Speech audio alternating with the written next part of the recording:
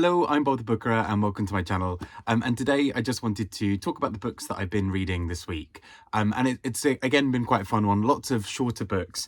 I'm also kind of at that period of the year, partly in December, partly all the other books that I've been wanting to read for most of the year. So it's kind of this sudden splurge where there's a bit of kind of Booker reading kind of coming in. And I've left those out of this because otherwise this would be far too long. So a bit of Booker reading, but also mostly really getting down with a lot of the books that I've just been really sat on almost all year that I've been kind of meaning to read for a really long time, and just sort of really getting to those. So without further ado, let's get started on some of the books I've been reading this week. First up, The Love of Singular Men by Victor Heringer, and this is translated by James Young.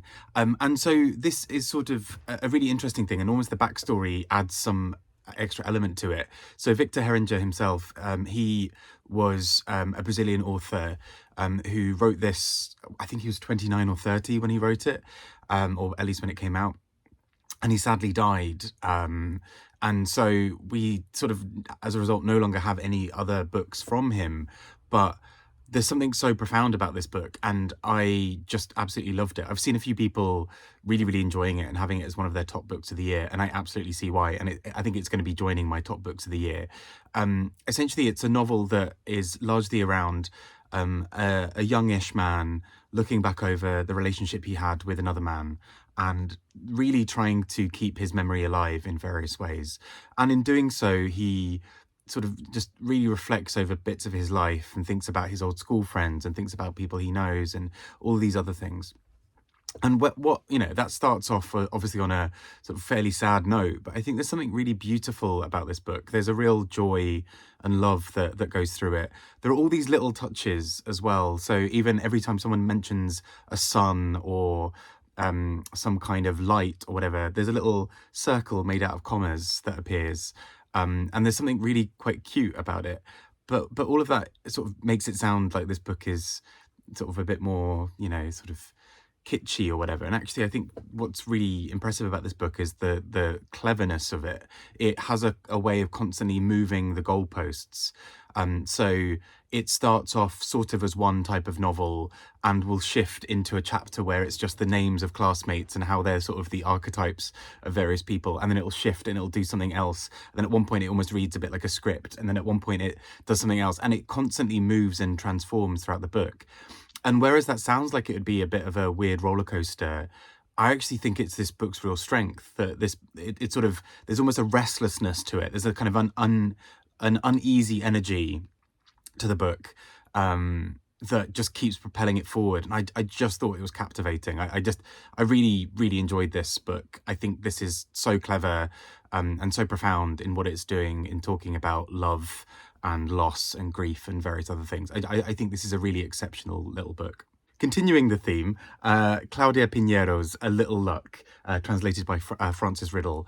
And this is, I mean, I loved her last book, at least that was translated into English, Eleanor Knows. And it was just a book that I absolutely adored.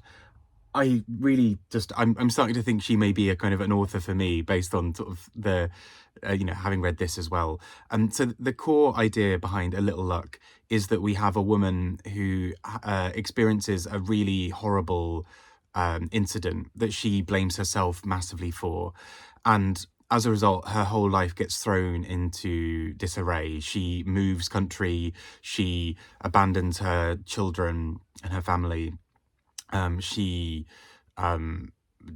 does various things to kind of make some kind of new peace and also sort of establish a new life. And really at the heart of it is the story of redemption for this woman who just cannot cope with what has happened. She changes names several times throughout the book.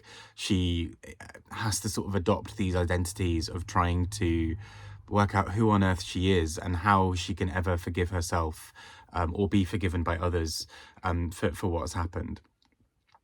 Which obviously sounds incredibly dark, and it is a dark book in many ways, but there's a real beauty to how she tries to put her life back together, particularly her meeting somebody later in the book and them having this relationship that really talks a lot about healing and about love and redemption. I just thought it was stunning.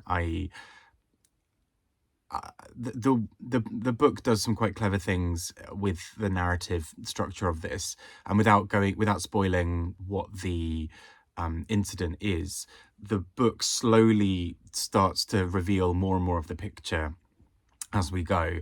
And at one point we're presented with a different perspective on it, so a perspective from somebody else who was there, and it starts to throw a lot of this into, not into question, it corroborates each thing, but it's interesting to see how she's viewed when she's being treated more kindly by somebody outside herself, and what that does. And I just thought this book was really profound in how it captured that, but also read as this really pacey, thrillery, intense book as well at times. I think it's just a gorgeous, gorgeous book. Next up, I read Tove Jansson's Fair Play, and this is a really short novel with her sort of discussing this relationship between these two women, Jonna and Mari, and their relationship is just this really interesting one where at times these two women are, seem completely like opposites, and at other times seem to be entirely codependent, and then there's just this sort of real kind of coming together. I just found it really beautiful. I thought there's something about the sort of lilting descriptions. It's a very quiet book in the sense of it's not very heavily plot driven. The book is told as these little vignettes that sort of pepper little extra bits into their stories, and I just thought it was a really nice read to just sort of be sort of swept along in the sort of tale of these two women. And it's interesting because the book never sort of feels the need in this sort of society that these women live in to sort of call them out as lesbians and say, hey, look at, this is what it was like for us being lesbians growing up in this space. They sort of just exist, and people around them just interact with them, and so it almost has this sort of odd feeling of a kind of queer utopia or something that never gets questioned. Almost like a very strange comparison, but almost like Schitt's Creek in the sense of people don't really actually question identities in that show and sort of in this book, and there's a real beauty to how that just allows the characters to have a deeper, richer inner life of just talking about their quirks and their foibles and everything else. So I just thought this was a really lovely book, and I've heard that the summer book is the one to go to, so I'm going to try and dig that out and find that at some point as well.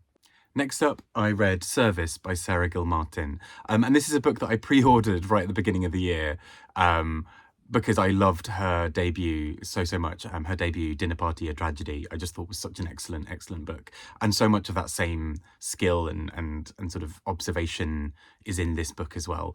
So the idea behind Service is that a young woman, Hannah, has been working as a sort of a waitress at a sort of member of the serving staff in a restaurant, a sort of high-end restaurant, and it kind of comes out in the news that Daniel, the man at the heart of that restaurant, the kind of the founder, the sort of this top chef kind of figure, has been accused of sexual assault and of sexual harassment as well. And so what comes up next is a sort of a court case, but that makes Hannah think back over her life from when she'd worked there and think, oh, actually, how did everything happen in that space? Like, was that okay? I saw some quite shady things going on. And the narrative is split between three characters, between Hannah as she sort of reflects on what had happened, on Daniel as he sort of tries to argue that he did nothing wrong, and on Daniel's wife, Julie, who has these really interesting bits of development through her life, because she goes from sort of being really frustrated by the accusations but thinking this must all be false, to slowly thinking maybe there's some more to this than I'd thought there was. So I think it does a really great job of showing those perspectives on how people respond to those sorts of things, that Hannah does not want to do anything, does not want to be involved in it. She's thinking, she's having all these flashbacks to everything that had happened, but she does not want to be involved. We have the wife who is really frustrated, but sort of wants to stand by her husband at first, and then starts to side slightly more with the women who have been impacted. And then we have the perspective of this man trying to sort of wiggle his way out of it and claim that nothing was bad, really, that he didn't really do anything wrong. So I think there's something really clever in the way this book is structured and thought through, and it raises some really intelligent points about the kind of what can feel like for many survivors, the futility of the court, And I think it does a really great job of skewering that. And also her observations and use of language are beautiful. She has such a great way of examining the little quirks of a character and what that says about them. And I think it's really quite a staggering book. So really glad that her kind of, 2 for 2 on really high quality books so far. It's a very, very nice book. Next up, I read I Who Have Never Known Men by Jacqueline Harpman and translated by Ross Schwartz. Sorry, I just had to look slightly off screen to get all those names correct. And this is a really fascinating book, I think, recommended to me by Anne Novella, who loved it. And then sort of about 6 months later, it was available at my library. And I think that speaks to, I think that success is very valid because this is an excellent book. So it reminded me a lot, actually, of Women Talking, which is also a fantastic book. But essentially it deals with a few, with this sort of group of women who are in, it's sort of is unclear initially in the book, but what feels like they've either been trafficked or hidden away, or they've kind of been formed as a community. But essentially we've got a group of women who have been isolated from the rest of society, and they live their lives and try to work out what freedom might start to look like for them. And in doing so, they start to have these really quite profound and interesting conversations around what is freedom and what is the price that you're willing to pay for it.